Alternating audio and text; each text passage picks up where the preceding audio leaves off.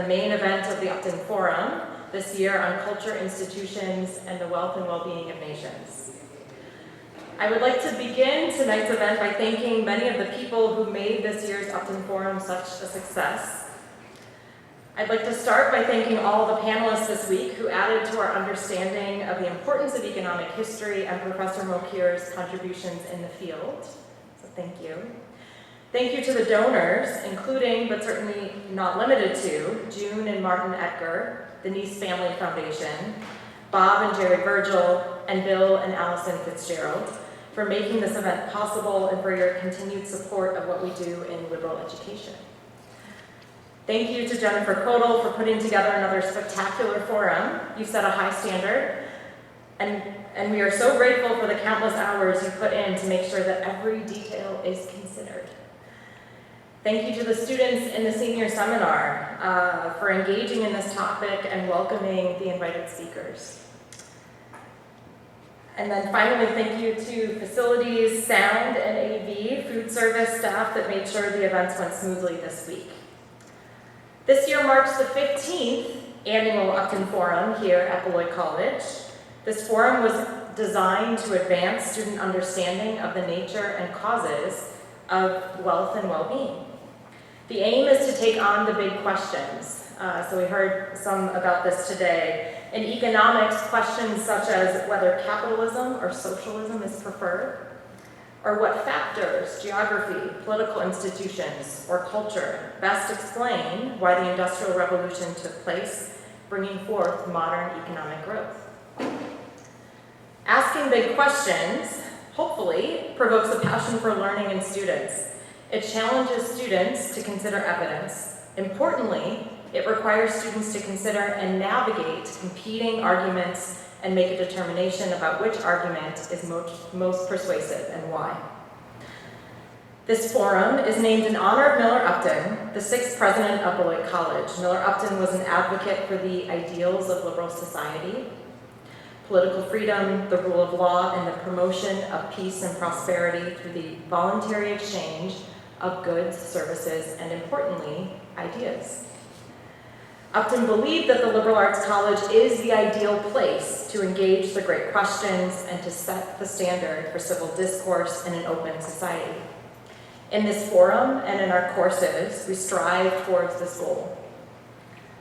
Tonight, we welcome Upton Scholar Joel Mokyr, the Robert H. Strotz Professor of Arts and Sciences and Professor of Economics and History at Northwestern University. I think you would be hard-pressed to find someone whose work most closely aligns with the aim of the forum to better understand the nature and causes of wealth and well-being.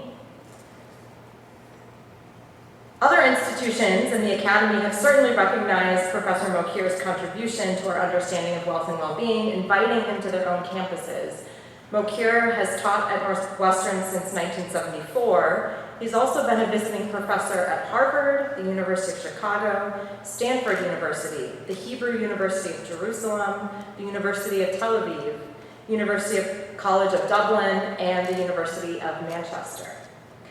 In addition, he's received numerous awards. In 2006, he was awarded the biennial Heineken Prize by the Royal Dutch Academy of Sciences for a lifetime achievement in historical science.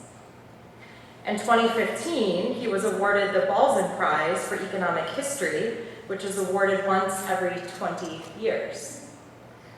He is the author of several books, including, but not limited to, The Lever of Riches, Technological Creativity and Economic Progress, The Enlightened Economy and Economic History of Britain, 1700 to 1850, and his most recent book, published by Princeton University Press in 2016, A Culture of Growth. And I will also mention, if you have copies of his book, he will be happy to sign those at the conclusion of his lecture this evening. He has also authored over 100 articles and book chapters. His books have received awards as well, including the Joseph Schumpeter Memorial Prize, the Ranke Prize for the best book in European economic history, the Donald Price Prize of the American Political Science Association, and the Alan Sharlin Prize for the Social Science History Association. So without further delay, please join me in giving Professor Joel Mokyr a very, very warm welcome.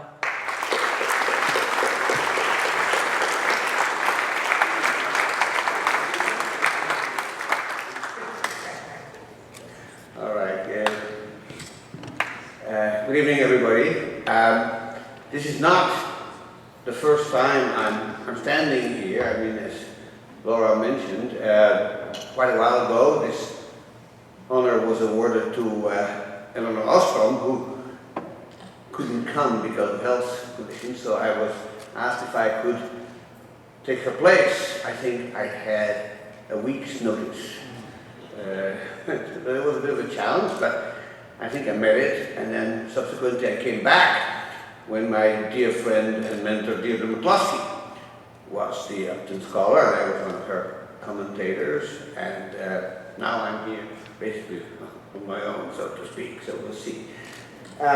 This is a talk that's not quite in my main line of work, but it's something I got interested in the last few years, so it's been a little bit of a sideline which I worked on off and on, and so let's perhaps go ahead without further ado, because I have a lot of slides and it will take a while. And so, hang on, I was trying to think on, there we go. So, if you've been on a college campus in the last, say, 10 years, and you have a pulse, then you know about diversity, okay? Because everybody in American campuses talks about diversity.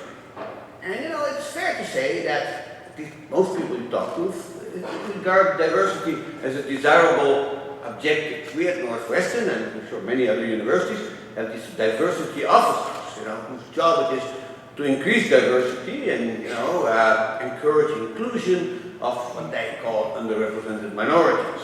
So this policy is of two different kinds of support, and one is based on ethics and the other is based on efficiency. So the ethic argument is basically that low diversity is the result of such sins of the past, so to speak, colonialism, racism, sexism, that have led to systematic discrimination against some groups that are now underrepresented, and so fairness and justice demand that these be addressed. The other idea, which is different, says that basically whatever its causes and whatever justice demands, low diversity is inefficient. It is argued that diversity improves economic performance and stimulates creativity and growth and innovation and all kinds of good things. And so, of course, economists are primarily interested in the efficiency argument, and that's what I am going to primarily talk about. But I should add that some economists, including Edgar, whom I just mentioned, basically always have claimed that we are ignoring ethics at our peril.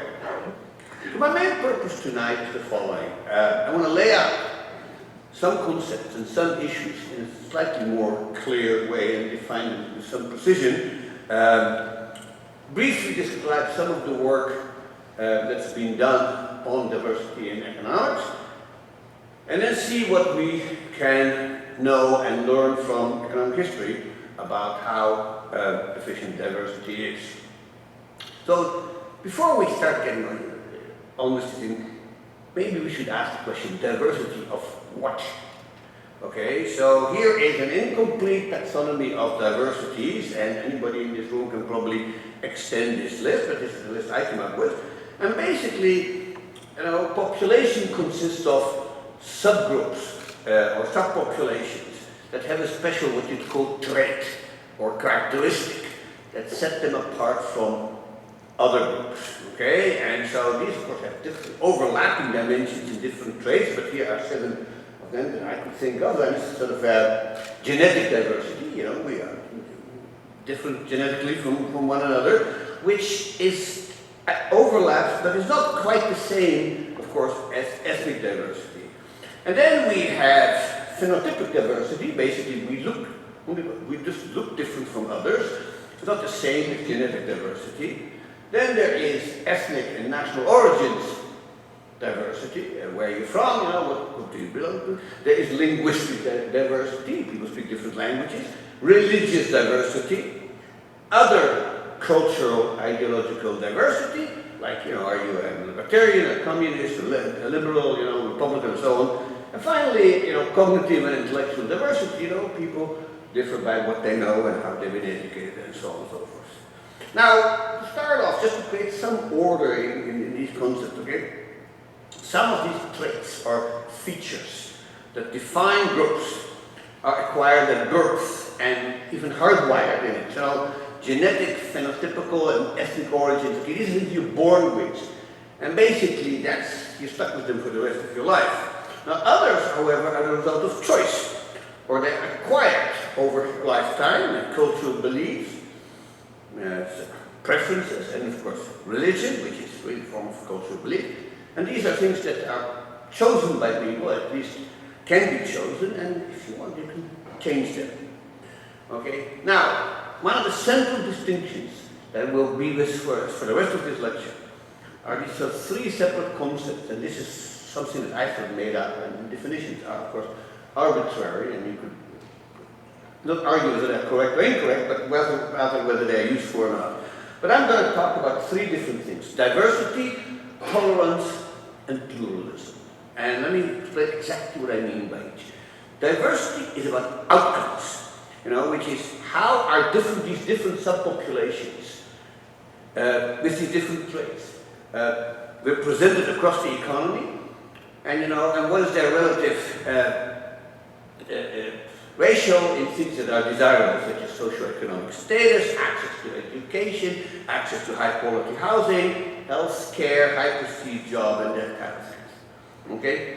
Tolerance is about preferences. It's about values. It's about what people believe. So, roughly speaking, it's part of culture. And basically, what I mean by culture, by tolerance, very roughly speaking, is how do I feel about people who are not like me, who don't belong to my particular subgroup in mind.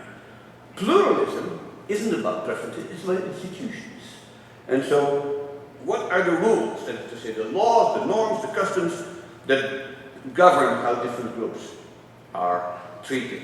Basically, this is a distinction I make in my book, for those who have seen it, between culture and institutions. And tolerance is a subset of culture, and pluralism is a subset of institutions. Now, why is it that people think that diversity is efficient? And so the theory here is rather clear, rather obvious. If you can take advantage of complementarities, okay, between groups, so different groups with different abilities, and if these are complementary in the sense that each make the other one stronger, then that's a source of progress.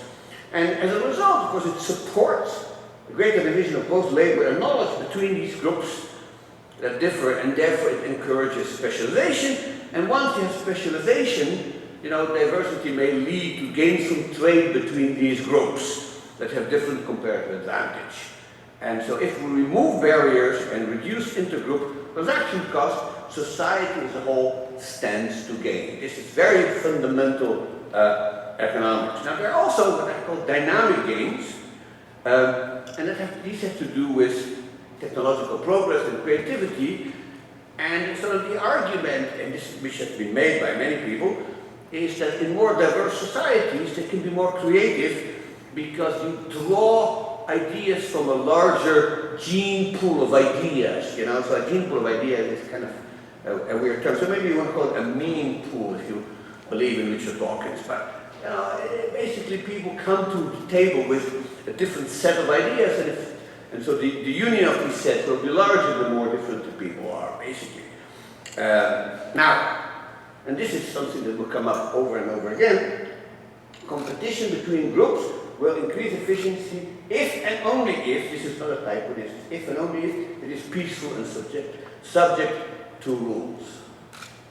Okay? Now, to start with, this is not a new idea, not in our time. Here is a quote from Thomas Aquinas, that's the 13th century, ladies and gentlemen. And he basically gives that quote, diversity among creatures was necessary in order that, quote, the divine goodness might be the more perfectly be bestowed on things, and then he adds, there should be diversity among them, So that what could be not perfectly represented by one single thing might be more perfectly represented in various ways by things of various kinds. Okay, so that's essentially the argument, and you can sort of see that it's been in the air for a long time. And so when you recombine two hitherto disjoint ideas or cultural features, you get something new and better than two previous elements, which is what we think of as sort of synergy, right? And in fact, there is a set of papers in economics. The first one is a pioneering one by Martin Weitzman, published in 1998, which basically says that much technological progress isn't about new ideas. It's about recombining all the existing ideas in different ways. So that's a debate I'm not going to get into right now. But if that's the case, and it is to some extent, then the larger the reservoir, the better. And so you want to have some diversity among these groups. Okay? But this doesn't show up only in technology, I want to point out. It shows up in many areas in human endeavor, right? In technology, in science, in philosophy, in music, and literature, but also some in more mundane things, okay? So, you know, we have, this is and you think, so fusion cuisine, you know, what's fusion? You know, you merge, you know, Vietnamese, Chinese, Japanese, and Indian food, okay? So you draw from diverse cuisines to create a new cuisine, or in music, which I know something about, and so, you know, you have, say, a Russian composer writing a Capriccio Italien, you know, drawing his inspiration from Italy, and on the other, an Italian opera composer drawing his inspiration from a Scottish novelist, you know, that kind of thing. And so, I mean, I think it's, but in language, of course, you know, so English is in particular a good example of that, because English is drawn from many languages, and, you know, English is rich precisely because it draws from other languages, like Yiddish in Ukraine, you know, stop schlepping, you know, everybody knows what schlepping is, but it's coming out of Yiddish. And so, but it's, of course, English has French and Dutch and all kinds of other languages coming from it. It makes English a richer language because it could draw from a diversity of people who spoke different languages. All right, now let me say something about pluralism, okay? So as I said, pluralism is about institution in the Northian sense, that basically these institutions support peaceful coexistence and cooperation. And so in the limit, but this is the remote limit, it certainly embodies in this sort of American slogan, de pluribus unum, basically saying, look, groups of different qualities can form a cooperative equilibrium, as we would say in economics, and form a single unit for specific purposes, while retaining their different traits. And so, to put this in technical terms, in the context of the new institutional economics, what pluralism really is it's a set of institutions that enable peaceful diversity and is therefore Pareto improvement. It makes everybody better off. And so, basically, of course, the other thing about pluralism that makes people better off, because, you know, beliefs are heterogeneous, and if I'm allowed to hold these beliefs and say the things I want to say, okay, that allows me to increase my utility given these proclivities. Now, it's important to realize that, you know, for most cases it's fairly easy, but this of course includes behaviors and beliefs that may be abhorrent to some, but should be allowed and tolerated, as long as they are victimless, okay? And that basically would mean in economics that they create no externalities, okay?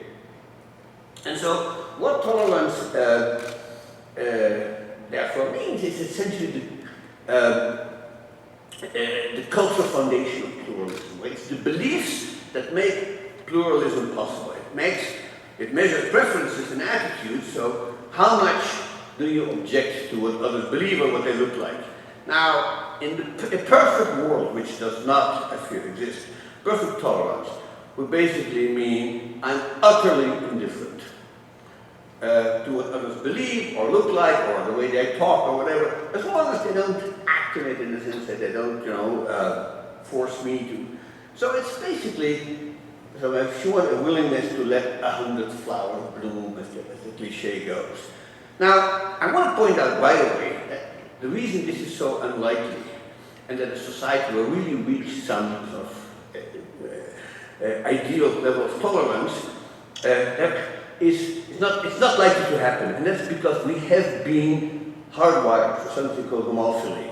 Okay, and this is not just us; it's other creatures. There's a whole evolutionary literature about it. This is sort of the classic paper, Funo, Mokyr, and Fowler in 2012, basically pointing out, and that homophily basically means that all other things equal. I prefer people who are like me in a particular dimension, and that this is not something that's cultural. It's maybe well hardwired into it, but it is really important. And evolutionary biologists and psychologists sort of agree that this is a very powerful feature, the way people behave. And what this really means is that, you know, whatever else happens, I like people who are in some way like myself. And, you know, look at my own life, and in fact, I behave like that, even so I'm not totally sure why I do so. And so the reason pluralist institutions are so important is because we all are subject to homophily, and so these institutions can say, listen, you should really like people who are not like you. They can't do that, because what institutions do, they keep prevent me from acting on these preferences, okay? And in some sense, what therefore pluralism is, it's like a civilizing agent, okay? It says, yeah, well, you may not like people, you know, who speak that language or look like this, but there's nothing you can discriminate against them, you can keep them out of your institution, you can refuse to lend them, to lend an apartment to them, you can refuse to give them a loan, okay? And what you believe deep in your heart is your business, but you can't act on it. That's what pluralist institutions look like.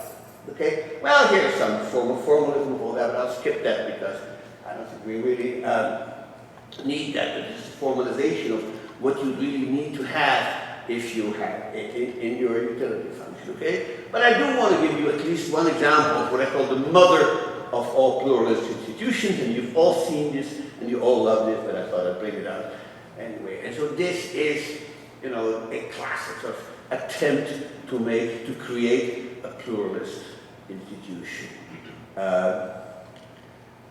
All right, now a brief digression, just for that. So is cultural pluralism invariably desirable?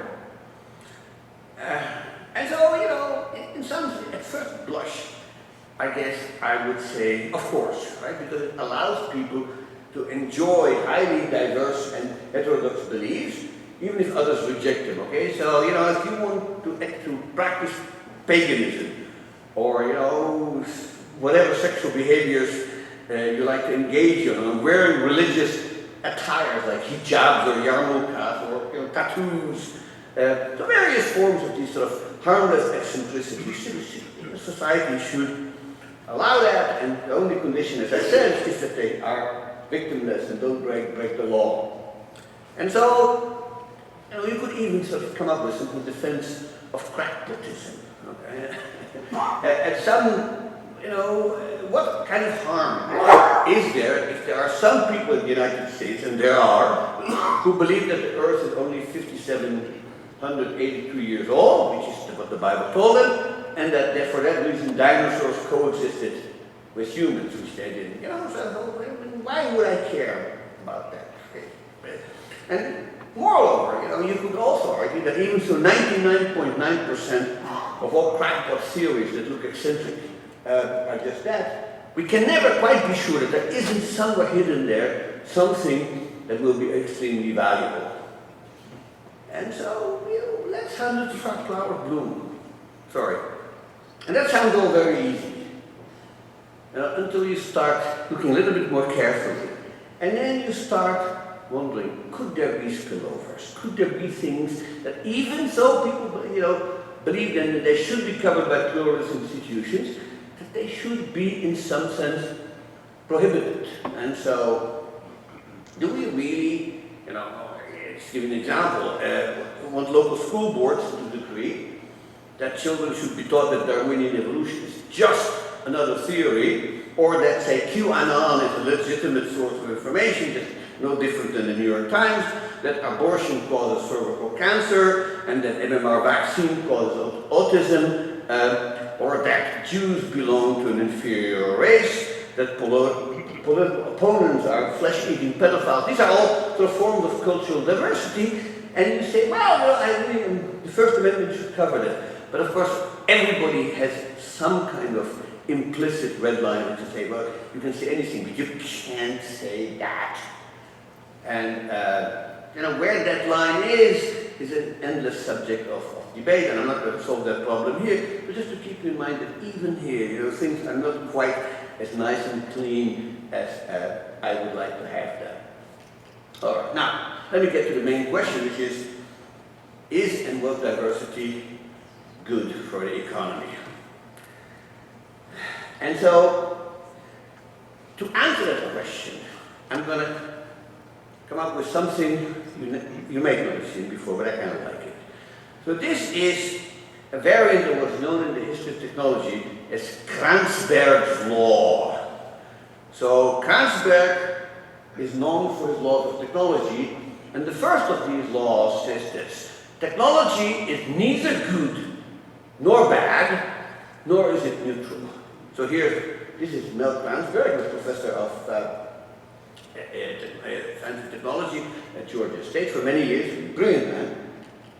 And here is my version of this. Again, this is pure adaptation, and I'm giving a full credit. Diversity is neither good nor bad, nor is it neutral. Now, what does that even mean? I mean, this is kind of one of those clever things that people say that don't mean anything. But I interpret it to mean, and this is what Kranzberg had in mind for technology as well, that diversity has a substantial impact, but that the direction of that effect, if it's good or bad, depends on other factors. In particular, whether it depends on pluralism and other forms of institution. Okay? And so this is the central proposition, and the net effects of diversity are mediated by institutions. So if I may, let's engage in one equation, but it's just if you ran a regression, say, okay, and on the left side you have some desirable outcome like economic growth or something like that, and so you have, so D is some kind of measure of diversity, and I is an indicator variable of the quality of institutions, and X is everything else you want to throw in there, okay? And so the argument, the way I interpret Kranzberg's law, is that the sign of B1 is ambiguous and its magnitude may not be big. So the actual effect of diversity direct on income is not very clear. This clearly, B2 is of course positive by definition, because I means if I is 1, it's good institutions, if it's 0, it's bad institutions. But the coefficient of interest is B3, and B3 means the interaction between good institutions and diversity. If institutions are good, so I is 1, then this is going to be, then diversity is going to be good, and if I is 0 or minus 1, depending on how you define it, then the impact will be negative. That's basically the argument. And here is an analogy that I think help you understand this. In this sense, diversity is very similar to, say, natural resources. There's a big debate in economics and economic history. Natural resources are a good thing. And the answer is, I think, that it depends on institutions. If you have lots of natural resources, okay, and you have good institutions, then it will lead to prosperity, like in Norway or in Canada. And if you have bad institutions, actual natural resources may make a country worse off, as we see, for instance, in Russia or in Nigeria or other countries that you can think of. And that's diversity in that sense is very much like natural resources. So the quality of institutions then determines the effect of diversity. That is my central argument. And basically, institutions that bring about a kind of pluralism that turns diversity into harmonious or creativity, or that institutions they are of poor quality, so people end up fighting with one another. So, what do these pluralist institutions really look like? And so, this is kind of obvious once you start thinking about it. For instance, in religiously diverse countries, you want to have not only that, these people can stay here, like, the Edict of Nantes in France in 1598, which basically said, well, the Protestants can stay in France, but, lots of things they can't do. But I really mean this more. So basically what you really want is the absence of a state or dominant religion, and you want a complete separation of state and church. Now that would be the kind of pluralist institution that deal with religious diversity. With linguistic diverse countries, obviously what you want to do is making all languages official, which is not always cheap, as any Canadian here can tell you, but it does help to bring about some measure of harmony. So in culturally diverse countries, like most countries are, you want securing full freedom of speech, no censorship, a broad menu of school choices, guaranteeing a free and open market for ideas in general, no censorship of newspapers, that kind of thing. Now, in ethnically and racially diverse countries, it becomes a tad more difficult, but I would argue that at least a good beginning is to commit, up to a point at least, to color-blind and origin-blind policies across the board, including, of course, employment decisions, university admissions, housing decisions, that kind of thing. And then you could argue, and a lot of people do, is that one other thing you might want to do is there has been past discrimination that you want in some way to compensate groups that have been the victim of that, to increase harmony and level the playing field. But that's a separate argument I don't really want to get into. Now, a high level of tolerance implies institutions that support competition for ideas without coercion.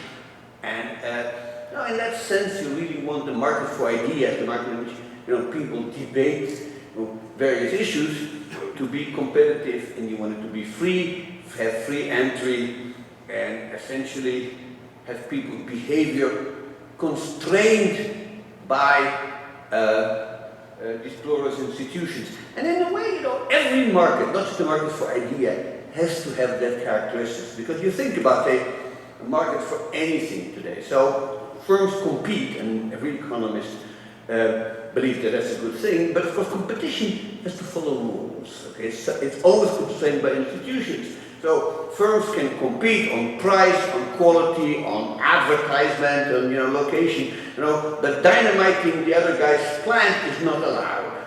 Okay? And everybody understands that it's kind of trivial, but the same ought to be true for the market for ideas. All right, now let's look at some evidence and some examples. So what's the evidence that diversity is economically beneficial? So there are two different questions. The first is micro level, that is to say, what happens to diversity at the level of the firm? And then there is macro, or economy-wide level, and I'll give you a little bit of evidence on each. So at the micro level, there are two books that I think are sort of classic in the genre. One is Scott Page's book, Northwestern PhD, by the way, and this is different. It's called The Difference, which is kind of a nice title for a book. And this is Richard Florida's book on the life of the creative class. And the books are slightly different, but they basically both make the argument that creativity depends crucially on diversity at the level of the firm or the team or whatever you define it. Now, of course, management schools have for years written reams of papers about this, and reading all of them will take a couple of years, but thank God there are survey papers and you do some meta-analysis, and basically the bottom line is that the benefits of diversity are very ambiguous and very dependent on context. So one meta-analysis, this is started out, basically finds that, and this is not terribly helpful I think, cultural diversity at the firm level inherently involves trade-offs, meaning that the optimal mix of groups may depend on the nature of the task.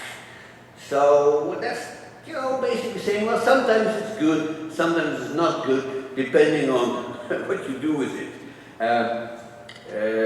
What they find, and this is a bit more specific, is that these groups indeed, more diverse groups indeed have higher creativity, but also that in many cases there is more conflict and less social integration in these firms. And so, well, you know, there's a whole set of arguments, and anybody wants to look at this literature can want to. There's a more recent survey article, Stan and Majnevsky in 21, and they actually make a nice point. They make a point about that diversity can be called what they call deep level, which is of unobservable characteristics such as attitudes, values, and religious beliefs, and these actually tend to create a higher level of creativity because of this sort of thing I said earlier, which is to get a higher diverse information diversity.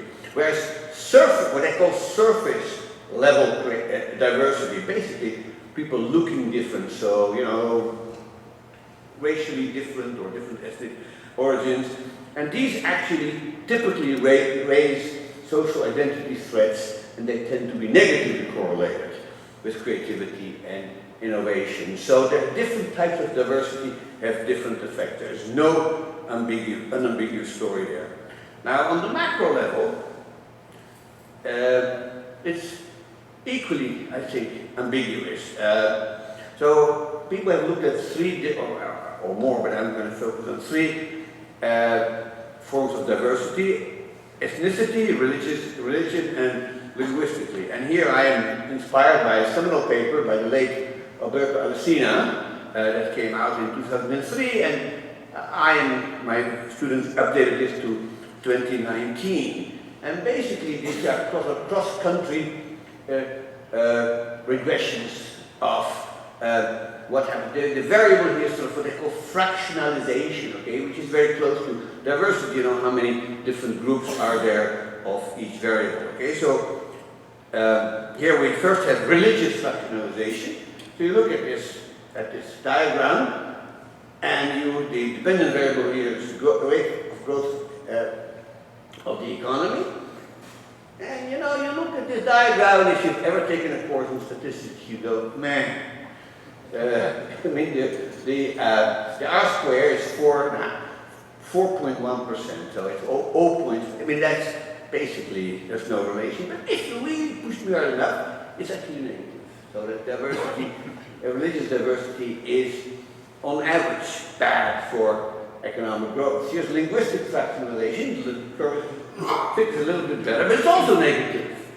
And finally, we have ethnic fractionalization, and basically the same picture comes out, except now it's reasonably significant with a 16.2% correlation, which is still not mind-blowing, but on average this is clearly a negative correlation. So these macro data at least don't support the notion that diversity is good for economic growth, but if anything, the reverse. But even there, the relationship is weak. That's not terribly satisfactory, but that is what the data say. So, you know, people have thought about other ways of looking at this, and there too, the results are not terribly unambiguous. So, one question, for instance, is if the country has a very high ethnic linguistic fractionalization in it, which is known as the ELF index, does that increase the likelihood of civil war or sort of internal conflict? There's a classic paper by two of the best political scientists in the world, that's James Fearon and David Layton, and basically they could find nothing. They said, look, that the relationship doesn't exist. So, of course, other people wrote different papers, and they defined the left-hand variable slightly different, and you know, and they found that there was, once you throw in things like coherence of the group, there is some positive correlation with armed conflict. And so the only certain thing that I draw from this literature is that Kranzberg law applies. That is to say, in countries with bad institutions, and you know, here are three examples, Rwanda, Ethiopia, and Myanmar, diversity have led to violence, and in countries with good institutions, even though they differ quite a lot, like Switzerland, Belgium, Israel, it leads to high economic performance. That seems to be a good illustration of Kant's law, and it seems to be a reasonable conclusion. Now, has tolerance improved over time? But you'd be surprised how hard it is to measure it, but I have just recently discovered a literature that actually does that. And this is something that, it's not so much about tolerance, it's really about diversity, but sort of cultural diversity. And I want to point out that this is this concept developed by a sociologist, Michel Gelfand, and it's called norm tightness. So what's norm tightness? So norm tightness refers to the degree of which individuals conform to social norms and values. How much can people be what you'd call deviants, and to say basically eccentrics if you want, or something like that. So it measures the level of adherence and conformity to the established norms and expectations within a society to a particular group. So if a society exhibits high norm tightness, that means there's very strong emphasis on conformity. Everybody has to behave in a certain way, and so low norm tightness, so the low number, basically indicates a higher degree of tolerance because people are deviating from the norms and sort of dancing to their own tune. So here is this is Michel's book, and it's actually quite an eye-opener. I mean, I've never thought I'd say this about a book in sociology, but here I am. So what people have done, and this is kind of an interesting empirical exercise, they have looked at local newspapers published in the United States and basically used machine learning to scan millions and millions of pages and looking for certain words that they associate with low tightness and high tightness. This is done by a guy called Bosch, and here are the results. So these are newspapers going back all the way to 1728, all the way to 2022. So this is a nice way of seeing the long term. And I didn't really expect this result, but here's what's happening.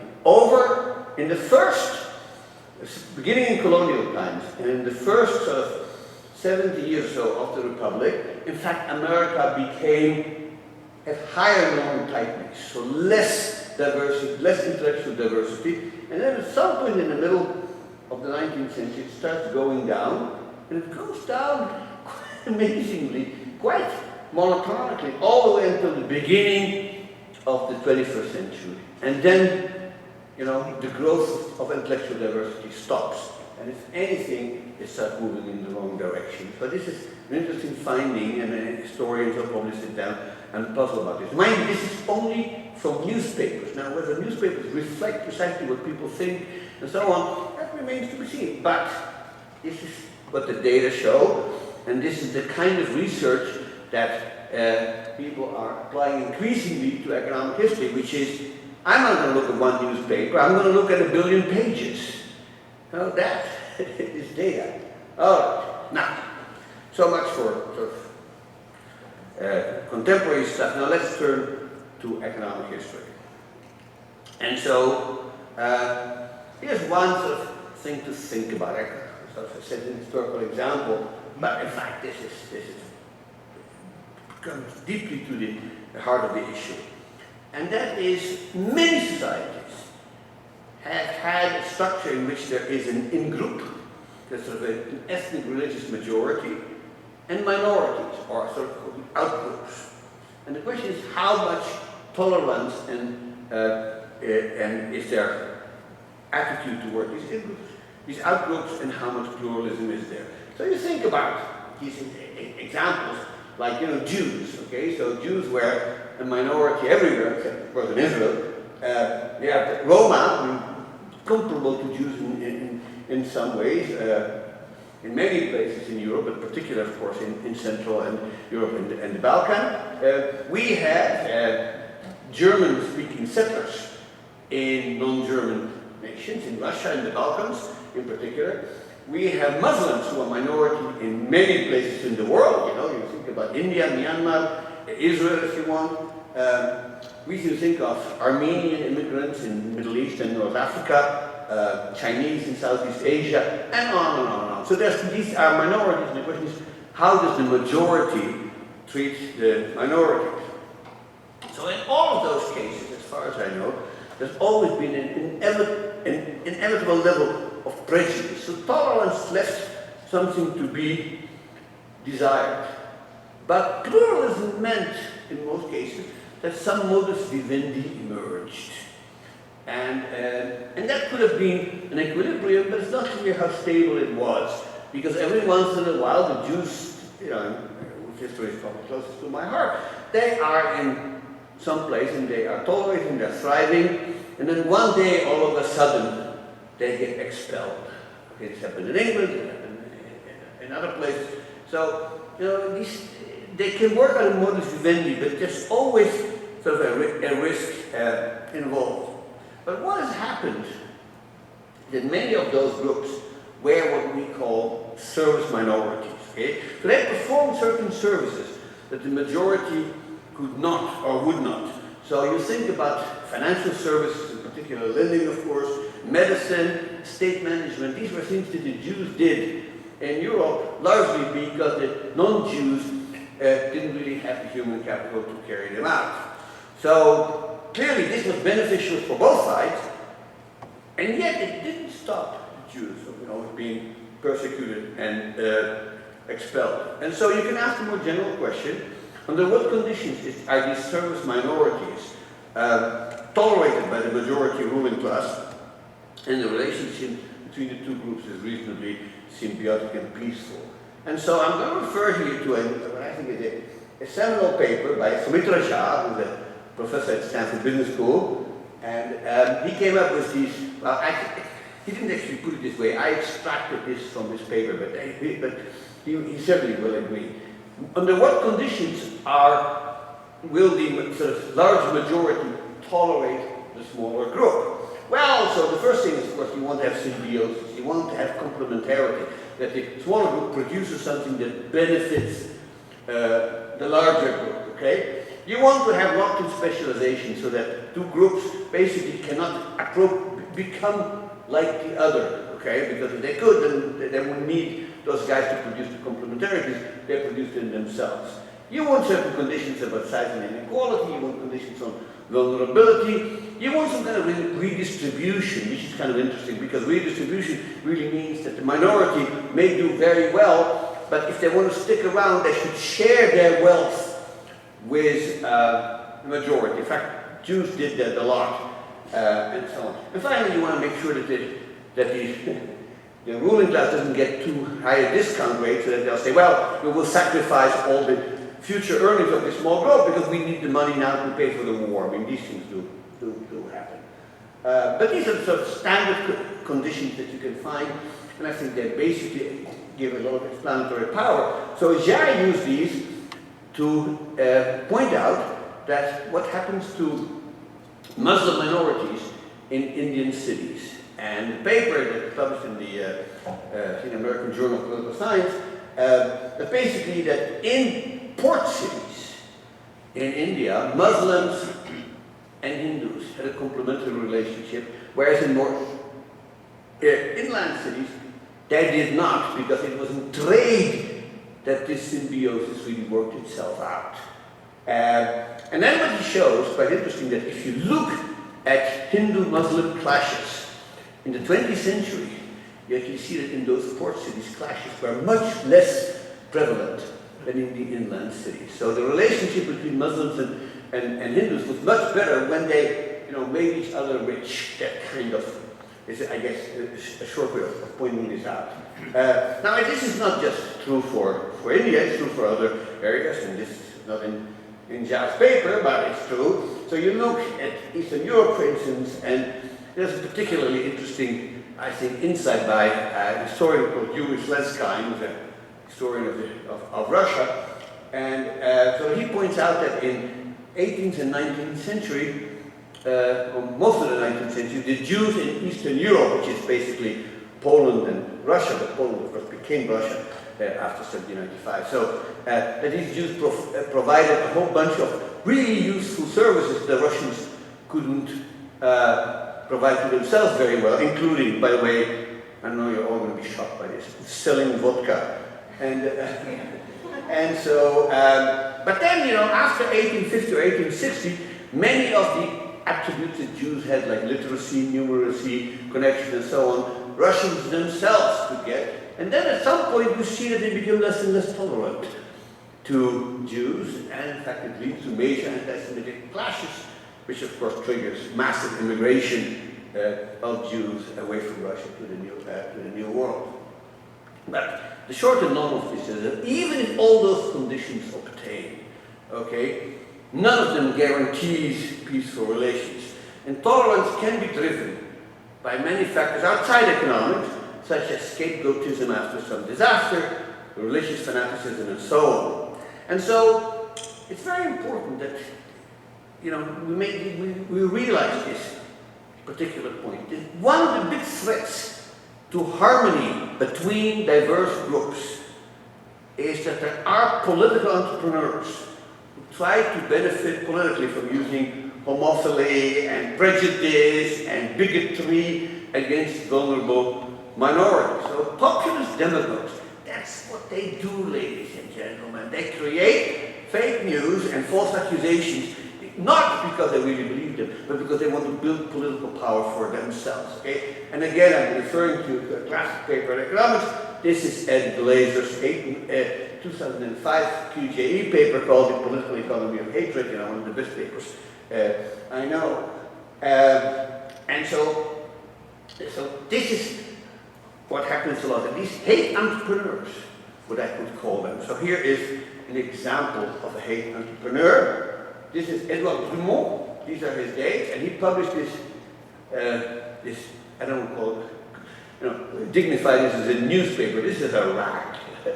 It's called La Libre Parole, and when you look at this picture, and you need to see any more. This was anti-Semitism in its rawest and crudest form. Okay? This is the Jew, and these are all these horrible things that Jews do, and it's depicted on their skulls. But here's another form of hate entrepreneurship, which I just couldn't quite resist. This is what's known as the Dolchstoß myth. They also mean the dagger stroke. And again, this was prevalent in Germany in the early 1920s, in which, and so the obvious sort of connotation is that Jews stabbed us in the back during World War I. Now, this is a complete fabrication. In fact, the evidence shows that Jews in proportion served more in the German army and got more distinctions and so on than the non-Jews, but somehow this thing caught on. And obviously this is the kind of thing that encourages anti-Semitism, largely in order to prop up nationalist right-wing parties that wanted to benefit themselves. So that kind of thing is a continuous threat. And then once that happens, economic factors may be put in the background because political factors come up. All right, so now I want to get to sort of the last empirical part, and that's the Reformation. And of course, the reason the Reformation is a good experiment here is because by definition, it increases religious diversity in Europe, so trivially, right? Until 1517, basically Europe was a continent in which there was one church, and that was the sort of known as the Latin or Catholic Church, and that was it. And then all of a sudden, you know, this monk nails his 95 propositions to the door, and wow, we have religious diversity. And so, I'm not going to get into the fine details of the Reformation, but really ask the more general question. What were the economic effects? So I know the Reformation did some good things, and Ralph has written about them. But by and large, you know, you look at the continent as a whole, and basically, I mean, I don't think anybody would disagree that the institutions were bad, because all of Europe, you know, exploded in a culture of bigotry and in intolerance. So that, you know, basically what you get is sort of bloody and destructive persecutions of people known as, you know, heretics, apostates, infidels, things like that, you know. And these became quite vicious and violent religious wars in Europe, like the French wars of religion, and later on the German one, but also the Dutch rebellion, and persecution in England. You may remember Bloody Mary, and executing a large number of Protestants, and so on and so forth. Sharpening of censorship, oppression of dissidents. All of this followed and was a consequence of this religious diversity. And so Europe, these were bad institutions mediating an increase in diversity, and the outcome is bad. And some of these places were quite devastating, and particularly if you look at the economic history of, say, what is now known as Belgium. I mean, religious intolerance really wiped out this sort of Flemish and Brabant economy, largely because the Protestants all ran away to the north. Okay? So that's... Now, the good news is that at some point, and it's very hard to pinpoint this in time, but after 1650 is probably a fair way to start, these attitudes begin to change. And the idea of religious tolerance caught on in the 17th century, not among many people, but more and more. And then it starts to map into institutions. Now, to repeat, this happens very gradually. It's many setbacks there. And, you would shouldn't over-idealize this. Tolerance meant at best a peaceful coexistence and sort of a freedom of conscience. It doesn't mean emancipation in any shape or form, of course. But these ideas begin to emerge. In fact, they already can be found in the 16th century. Here is a wonderful book about this for anybody who wants to sort of read more about it. And here is Père Grégory's hero.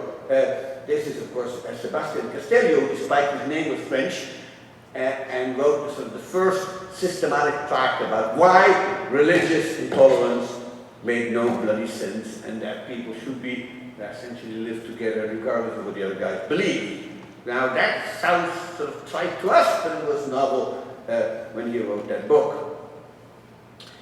And so, as I said, being tolerated wasn't the same as being emancipated.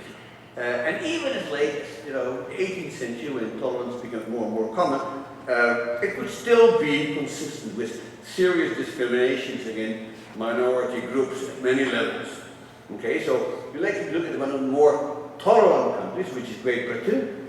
And so in Great Britain, after the Act of Toleration of 1689, people who were known as dissenters, essentially not members of the Church of England, could live and practice their religion, but they were excluded from many spheres. They couldn't serve in the military, they couldn't go to Cambridge and Oxford, they couldn't vote, so it's not like they were emancipated. And of course, religious bigotry doesn't die easily, and the classic example, of course, is the follies of the aging Louis XIV, who revoked the right of Protestants to live in France, and then this was followed by the so-called Camisard rebellions of French Protestants, which were pretty bloody. But even in France, I would say, especially when Louis XIV dies in 1715, you can sort of see that de facto people be getting more and more tolerant, and many of the Huguenots who left in 1685 start coming back. And so that's basically what I say here. And the reason in part is economic, because when you kick out the Protestants and you give them no longer the right to practice their religion, they quit. And in fact, we know this because this has been documented quite well by economic historians, and that tens of thousands of the best artisans of France moved to Germany, they moved to Britain, they moved to the Netherlands, where they were tolerated. And so these things are costly. And if they're costly, at some point, even if you have some crazy ruler like Louis XIV, eventually people say, this was a bad idea, let's try to bring them back. And there are other cases like that in history, and I may come to that a little bit later. But I would say that by and large, I would think is an important component of the Enlightenment, and I love the Enlightenment.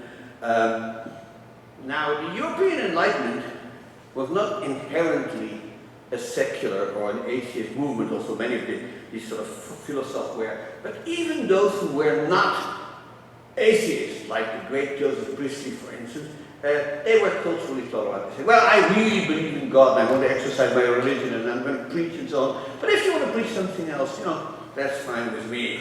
And so, basically, both the American and the French Revolution essentially adopted these ideas, and once they were there, they were sort of shoved down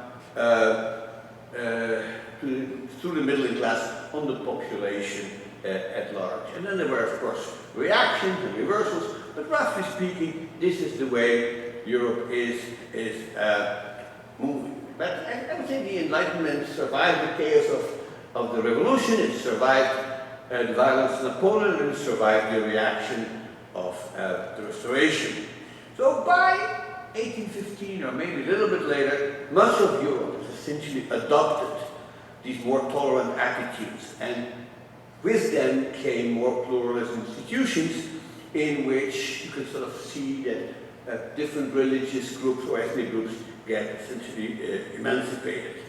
And so I think part of the story is that Enlightenment basically promoted these cultural views, but obviously it has an economic component to that, because many of the people who were not part of the majority were extremely useful. Now, there were other ways in which religious competition was useful. One of the less known components of that is education. And so, once you think about it, it's clear that religious competition improved education once people started cutting each other's throat. So, this is pretty true about the role of the Jesuits. Okay? So the Jesuits was a role that was explicitly founded to defend Catholicism from other Christian faiths, such as Protestantism. But their idea was we should promote Catholicism by educating people and educating them to be loyal to the Pope and to believe in the principles of Catholicism. Whether that was successful or not is very questionable, but that was the idea. Okay, and so they set up schools everywhere, and many of the great intellectuals of the time, including people like Descartes, Torricelli, Mersenne, Condorcet, Diderot, they went to these schools. Many of them turned out to be quite bad Catholics, okay, but that's a different story. And there's in fact quantitative evidence by Felipe Valencia pointing out that even in South America, these schools had very positive effects on society. This is certainly true in Britain, because in Britain, dissenters couldn't go to Anglican schools. So what they do, they founded their own schools. They were known as dissenting academies. And believe it or not, these turned out to be some of the best schools in England. And so many members of the Church of England who could have sent their kids to the Church of England schools say, now these dissenting academies are much better, and they sent them there. Of course, as they get better, the competitive system enforces all schools to become better and better. So many of the leaders of the Industrial Revolution actually were graduates of these schools. The same is true about the US, by the way. There's a recent paper by two of my students that pointed out that religious diversity in the United States led to the founding of colleges, particularly in the Midwest. I mentioned that last night. And they do a little sort of back-of-the-envelope calculation based on a bunch of statistical analysis that shows that, if the United States had been dominated by a single denomination, it would have had 22% fewer colleges. That's significant. That's a large number. And so I would say that this remains a key feature of American exceptionalism. Now, I'll leave it at that point. All right, so what about capitalism?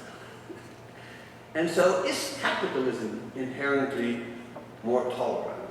And so if you're a defender of capitalism, many are, basically they would argue that, look, a true capitalist doesn't care about what metaphysical or ideological beliefs you have, or what you look like, or what your language is, but are you trustworthy and creditworthy? And can I believe you?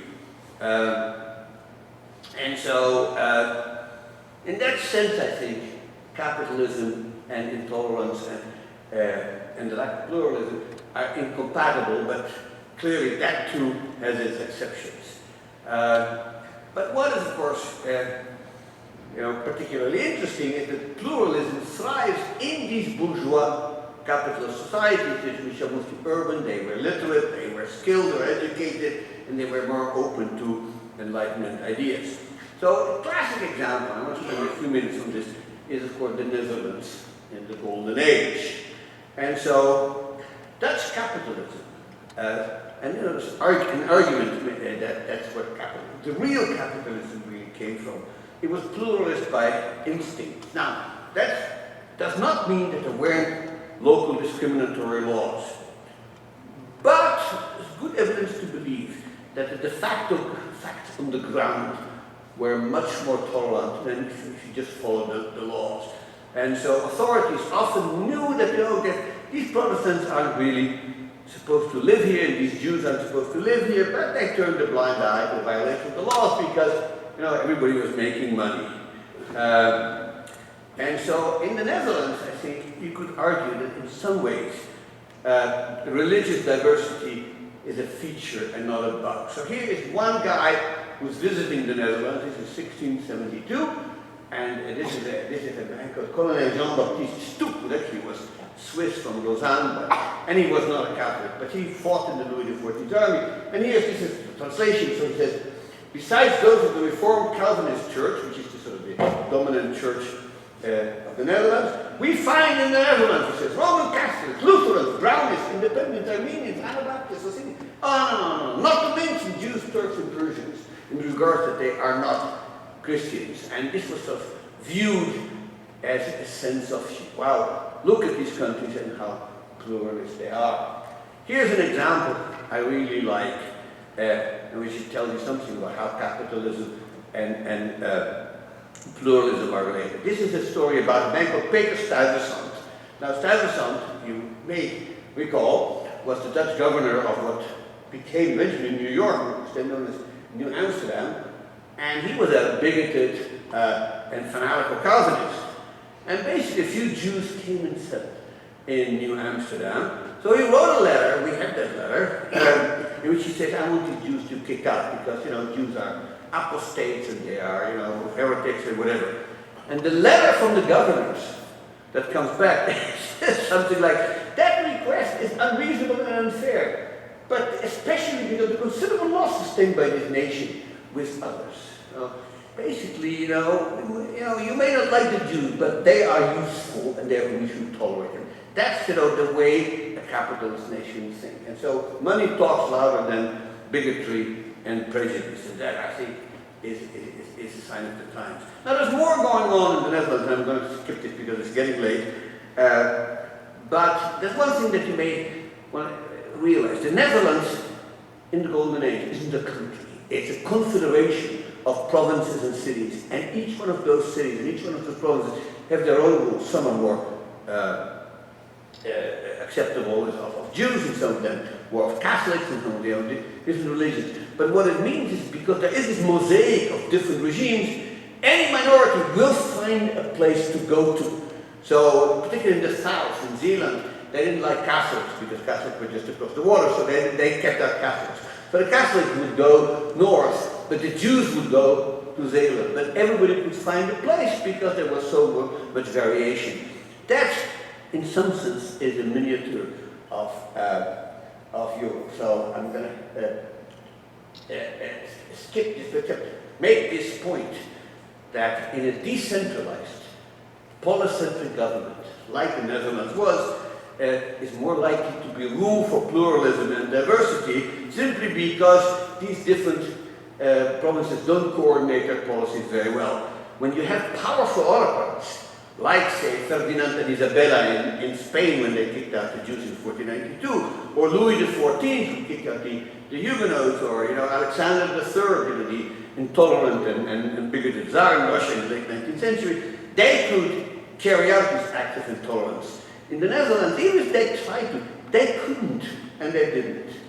Now in Great Britain, I'll be brief about this, there is quite a high level of pluralism, Not until 1829, of course, is there full emancipation of Catholics and dissenters.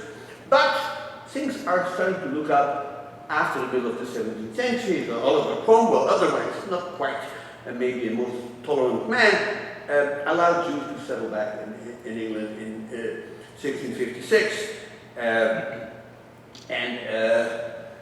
And so Britain remained to sort of this level of religious pluralism, and that, I think, had major effects on British leadership in the Industrial Revolution. I don't want to say it's the main cause, but it certainly contributed. So, you may think about this. About 80,000 Huguenots fled to Great Britain after Louis XIV kicked them out. Okay? And among them were people whose name every student of the Industrial Revolution knows. This is Denis Papin, who actually is the first person to build a model of a steam engine.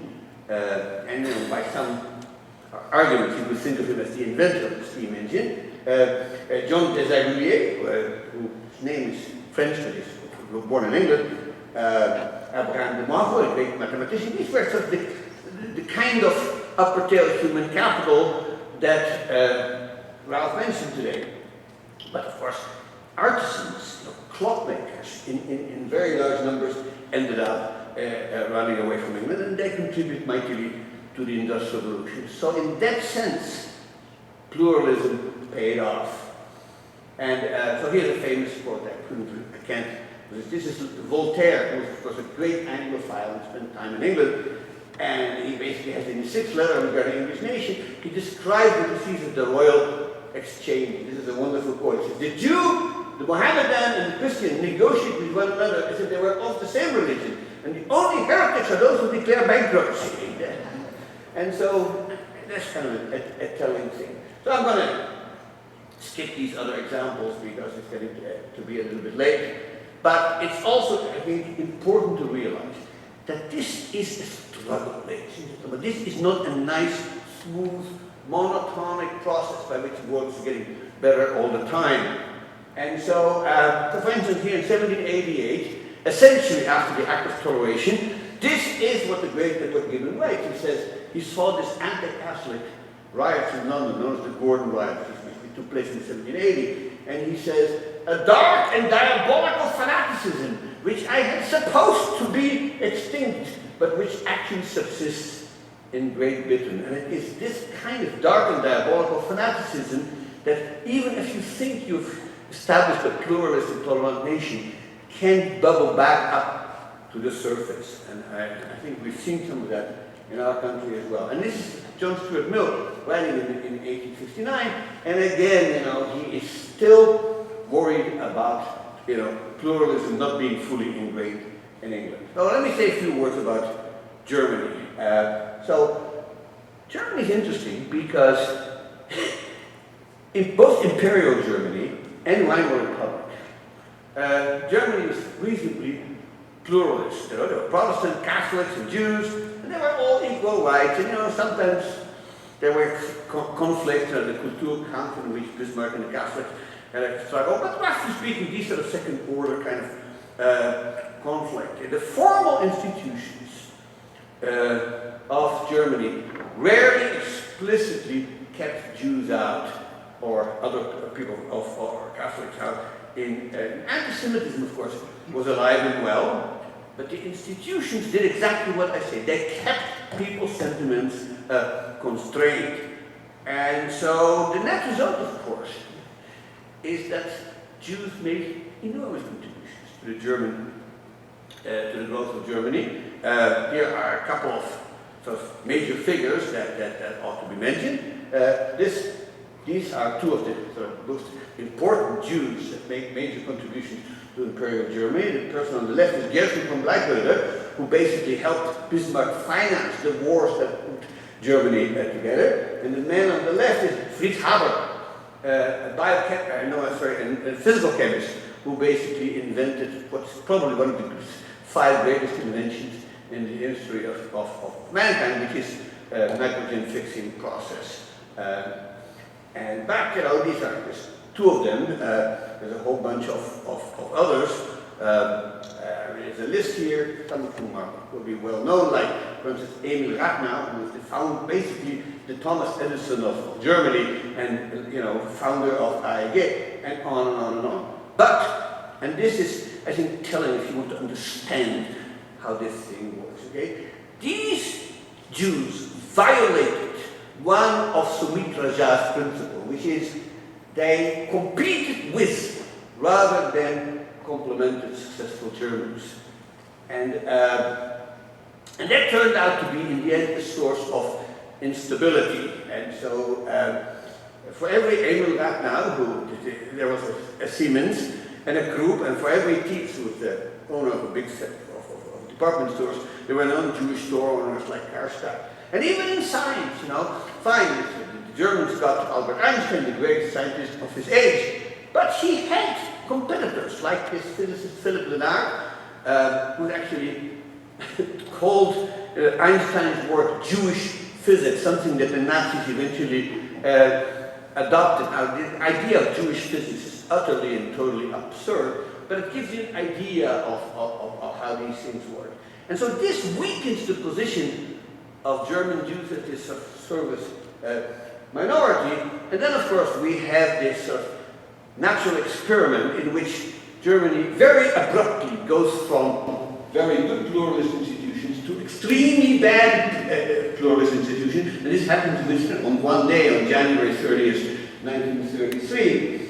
And essentially within a very short time, basically much of what the Jews did for Germany was eliminated, either by firing all the professors and the leading doctors in hospitals, or by having their assets confiscated by greedy and jealous non-Jewish neighbors. Okay? Now it's not a non-zero sum game. Germany suffered grievously by these policies, just as Louis XIV's France suffered from the expulsion of the Huguenots in 1685. So this is not rational behavior. We say in economics, it's off equilibrium path behavior, but that doesn't make it any less stupid. All right, some final reflections. It's getting late. Now, none of this is to suggest that diversity is a necessary condition for economic success. You know, some of the most successful economies, such as Scandinavian countries, South Korea and Japan, have shown very little diversity of any kind. And other highly successful economies, such as Israel and Singapore, are highly diverse. And that's why these Alessina diagrams, look the way they look. And so, on the basis of either economic history or contemporary experience, I find it hard to argue that diversity is a major, much less necessary or essential factor in any aspect of economic performance. And so the next sign of its effect on the economy, as I kept repeating, depends on the quality of the institutions. Now, under the right set of circumstances, as we saw in the Netherlands and in England and in Imperial and Weimar Germany, it can provide substantial support for economic development, particularly, I think, when economic growth is driven by technological progress, as it is in modern times. And so, this takes me back to the first person to give this lecture, Douglas North, for whom everything was about institutions. And, maybe too late in life, I've come to see the wisdom of that insight. And clearly, this story argues for a primary role for institutions, and importantly, that set of institutions which I've called pluralist. And that seems to be a conclusion that much of the economics profession, thankfully, is steering toward, and I only wish that Doug could see how much impact he really has had on all of us. Thank you.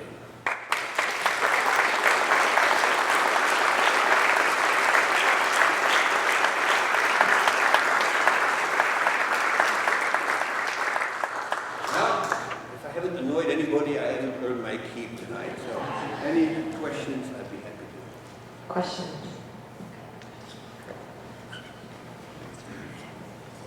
Oh, thank you, Professor. My question is would you agree that it's sort of a catch-22 situation where the only way to accommodate diversity is through pluralist institutions, but institutions are oppressive because of diversity. No, I'm not so sure that institutions become pluralist because of diversity.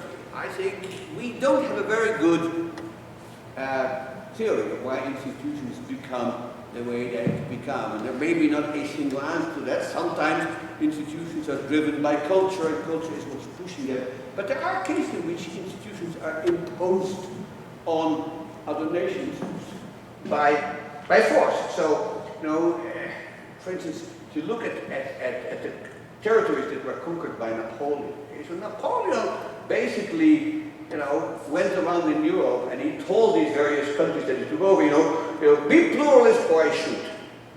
Well, not quite, but you know what I mean. I mean, he basically they imposed these French pluralist ideas on other countries, you know, in West Germany, in northern Italy, in the Low Countries, and some of that stuck around.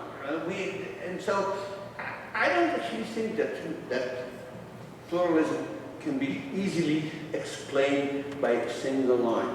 I think underlying it, however, is a set of cultural development which I think are closely associated with, you know, what happened before the Enlightenment, but particularly during the Enlightenment, in which people started to see, you know, that, you know, cutting somebody else's throat because they don't believe in transubstantiation is an idiotic thing to do. Now, you and I would agree on that immediately, but in 1550, nobody would agree about that, you know. They would cut people's throat because they were, you know, heretics. And a heretic, you know, I mean, nothing could be worse than a heretic. In Dutch, we have the saying in which, you know, somebody, vloeken als een kikker. That means he curses like a heretic. So heretics are these sort of crude and vulgar people. I don't, you know, that's the way people thought it. I think steering away from that is what prepares the ground for pluralist institutions. But the problem is that any mapping from culture to institutions is extremely noisy and extremely uncertain and full of reversals. I mean, after all, look at Germany in 1933. I mean, this was a country, the culture didn't change dramatically from 1932 to 1933, okay? So institutions have this sort of component of, I would say, almost, you know, randomness or accidents. I mean, there's no inevitability that intolerant regimes should emerge in Germany or a few years later in Spain. You know, it so happened that the political circumstances brought somebody to power who was bad news in that regard. And so that's, you know, is there some deeper explanation to that? Maybe not. And so I'm careful about this. My sense is that whatever their cause, once you have pluralist institutions in a country, okay, then diversity easily becomes a force for the good. And I would only hope that Mr. Modi gets that message. Sorry, I couldn't listen. Thank you so much, Dr. Mokyr, for your wonderful presentation. My question for you is that, given your extensive research on the interplay between diversity, institutions, and economic success, what are some surprising insights have you encountered that challenge conventional wisdom and could have potentially reshaped our understanding of these complex relationships? Oh my God. Well, well, look, I mean,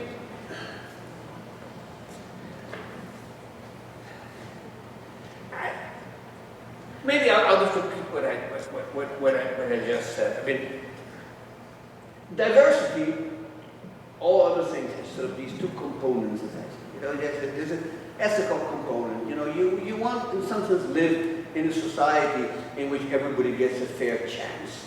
And clearly, in the United States, that has not been the case. Whatever else your views are, that has not been the case. There have been groups, not just African Americans, but other groups as well, who were systematically excluded and discriminated against. It was, you know, Jews were a good case in point, you know. I mean, I can tell you stories about anti-Semitism in American universities, in other places. But, you know, in the 1850s, you know, lots of factories and stores had signed, no Irish need apply. The way Chinese immigrants were treated in this country in the 19th century was appalling.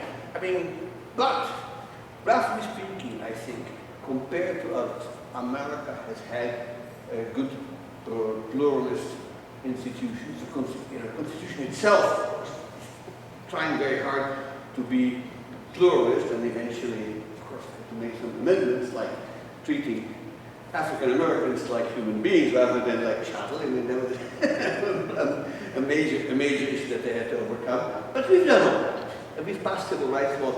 So there is, I think, the right kind of movement. But the problem, and this is very perplexing for a historian, I like to think things clean and neat and, you know, monotone. Something that goes up is supposed to go up all the time, and it doesn't. I mean, there is really, you know, history is a lot about, I could spend another hour talking about this, it's a lot about feedbacks. And when you have a lot of discrimination and bigotry, society creates a feedback saying, hey, this is wrong. But on the other hand, if society gets to be apparently quite pluralistic, quite diverse, other people say, hey, wait a minute, what are these people doing here? You know, what are we doing here? You know, this is, and you get these sort of crazy ideas about, gee, we whites, you know, we're being squeezed out by non-whites, the Jews are replacing us, that kind of stuff. And that's coming as a response to pluralist policies. And so the outcomes, you know, basically are the result of a struggle. And some of these struggles are hard to predict. They depend on the elections, they depend on military outcomes, they depend on all kinds of things. I mean, history is fun, my friend, because it's messy.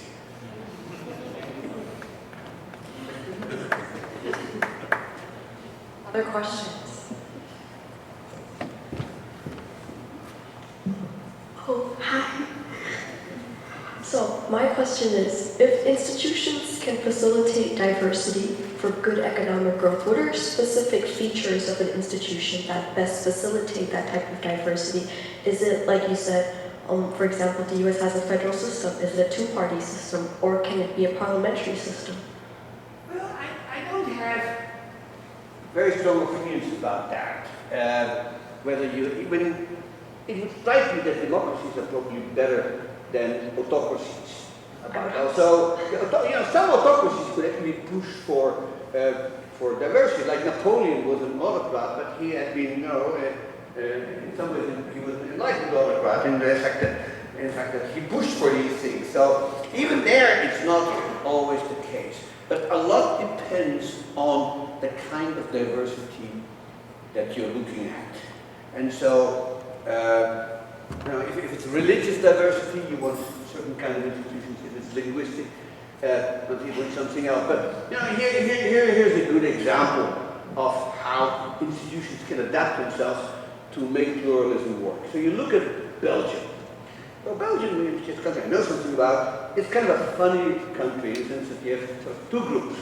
You've got the Dutch-speaking and the French, the Walloons, the French-speaking. And then in the middle is Brussels, which is a little bit of both. So how do you work a system like that?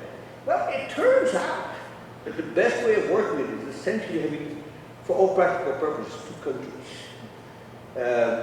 Governed from a capital that's sort of a mixture of the two. And the joke, and this is very, joke coming from their northern neighbors, from the Netherlands, basically the only thing that unites Belgium is the king and French fries. Or tapenfriet is they're known in Belgium if you've ever been there. So, you know, I mean, that's of course totally unfair, and it's unreasonable. There is such a thing as a Belgian, but for every Belgian, I mean, their identity would probably be Walloon first, Belgian second, Flemish first, Belgian second. And that's a system that works, and so they have a parliamentary system in which essentially the country has become some kind of confederacy. You see the same thing, not the same, but similar in Canada. So, you know, Montreal is in some ways, I don't want to say it's not a separate country because they're going to run from Ottawa, but in these areas that matter, the system works for them. And I haven't seen any more recently sort of fallen off the news, which means the problems have been solved. I mean, hopefully other areas move in the same direction. And so sometimes you have to find some kind of compromise. So in Northern Ireland, for instance, there was not a linguistic problem. There was, oh, I don't know what was that. It wasn't. It was called a religion difference, but religion had very little to do with it. It was tribalism. Okay, but you had these two tribes who called themselves Catholics and Protestants. And coming up with a political solution that actually was satisfactory to both sides, you know, that was really tough, and it took the genius of Bill Clinton to bring it about, you know, and the Good Friday Agreement. So I would say each issue has its own solution, but the solutions usually exist. Unfortunately, there are times when violence gets in the way, and once violence gets in the way, then it's harder to do. So, for instance, in former Yugoslavia, it failed. It failed because of violence. But, you know, Switzerland and Belgium have been able to stay together. The United States, despite one attempt to get out in 1861, we have stayed together. So, obviously, these outcomes come about. But I wouldn't be sure whether, you know, what kind of democracy is most conducive to it. I mean, it's a good thing to, you know, if you to write a doctoral dissertation about it. You should. Yes, as someone who's from Myanmar, who has 1 million ethnicities and 1 million linguistics, me finding being a part of that solution to have a more diverse, like institution that helps economic growth is what I'm trying to be or have. Maya, you have a question. I saw you. Okay. Yeah, speak into this. I got a couple. Good. All right, so what do you believe are the most significant challenges and opportunities for economic growth, technological progress, and innovation in today's diverse and globally interconnected society? And how can our knowledge of historical perspectives inform our approach to solving these issues? And I have until midnight to answer. Yeah, well, you don't really expect a full answer on that. But I'll say maybe one thing that's been keeping me awake at night. And that is, we need to invent ourselves out of the greatest existential crisis that has threatened humanity since the Black Death, and that's climate change. It's no longer a threat, it's here. And it's only going to get worse. And there's sort of basically two possible solutions. One possible solution is for all the countries in the world to get together like they did in Montreal in 1987 when they had the Montreal Protocols that outlawed CFCs and saved the ozone layer. That was really nice, but it was just CFCs, it was small. This is natural gas, oil and coal. This is huge. There is no chance that there will come a political solution. If that's the case, the only outcome is a technological solution. So what we have to do is make non-polluting fuels so cheap, so attractive, so efficient, so accessible, so user-friendly, that we don't have to be talked out of fossil fuel. We just want to, because that's the efficient way to do it. The only way you can do that is by coming up with clever technological solutions. And we're on the way. And what keeps me awake at night is we're on the way, but we may be too late. It may just take too much time, and we don't know how fast sea level is going to rise, and all these other things that we are promised. But this is, so people who say, look, technological change caused us to get to this disaster, because if it hadn't been for the Industrial Revolution, we wouldn't have been using all these fossil fuels. Well, that's true, okay? But that doesn't mean that if you stop inventing now, you still have the global warming going on. We need to invent ourselves out of it. We need to find what is known among historians of technology as a technological fix. Now that sounds slightly derogatory, but it really isn't. This is what we need. And so what I would like to do, of all the things that we are so good at now, you know, the huge advances in computer technology, including artificial intelligence. It's really nice, but it doesn't do bupkes for global warming, or if it does, in a sort of indirect way. But what we need to do is create sources of energy and the infrastructure to support it that allow us to wean ourselves of fossil fuel as soon as possible. I mean, I have been very reluctant and very slow to reach that conclusion because, you know, I mean, it's a big transition to make. But the data are the data are the data. You can't get out of it. You look at the stats and you realize, you know, this is no longer a thing for the future. This is here. And it is your generation that's going to have to deal with it, not mine.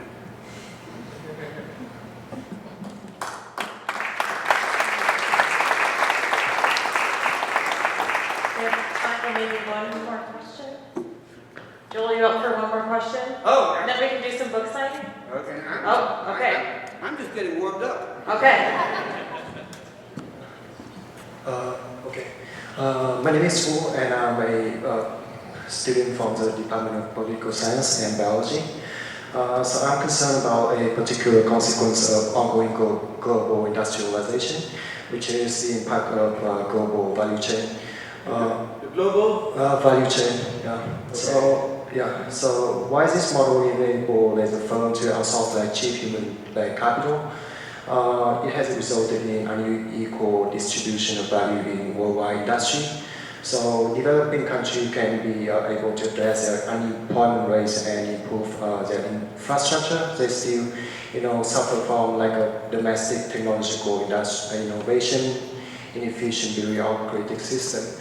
So since you have conducted, a lifelong research career in European industrialization, can you, what kind of options would you recommend for policymakers in this country to gain more educational and industrial advantage from global value chain? Yeah. Wow. Are you sure we should have taken another question? Ask your driver. So look, we are clearly going to be living in a world in which there is huge interdependence between different areas, between different economies.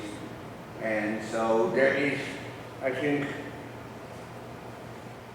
I'm told we're living in an era in which we're deglobalizing, right? We've had this strong dependence on components used elsewhere, including them, and it turns out that is, and I hate to repeat it, but it depends on good institutions. Okay? And as long as we have good institutions in the sense that this is a world of people, of nations that can trust each other and that can deal with one another on the sort of notion that, we can rely on this, we can do business with these people. And I think what has happened in the last 10 years, that some of the underlying trust has been eroded. And so this is particularly true, of course, with the relationship between the United States and China, and Europe and China, but it's also been true to some extent the relationship between the United States and Europe. So what scares me, and I mentioned this today, and this may not be a full answer to your question, but it's getting late. But here is, to repeat what I said this afternoon, we are looking at a world in which there has been progress.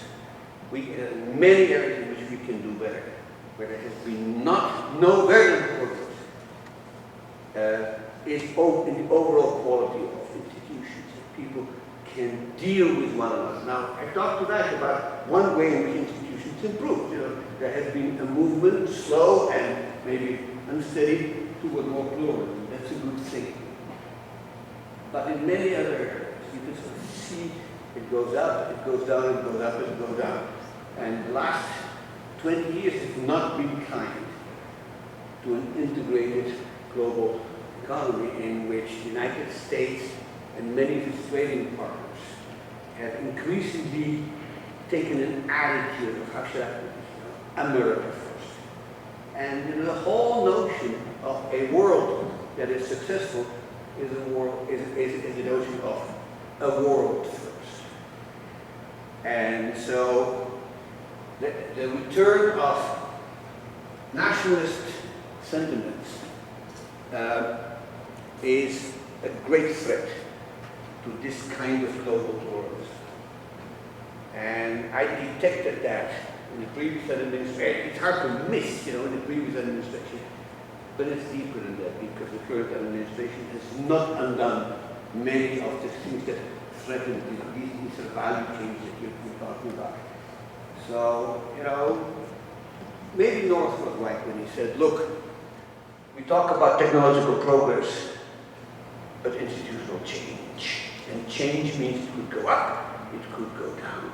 Technology doesn't go down. We don't forget things we already know. Institutions, unfortunately, every once in a while, we can see good institutions replaced by bad institutions. Xi Jinping in China is an example, but Germany in 1933 is an even more striking one. And all I can say is, let's hope it doesn't happen here, because there's nothing to do. All right.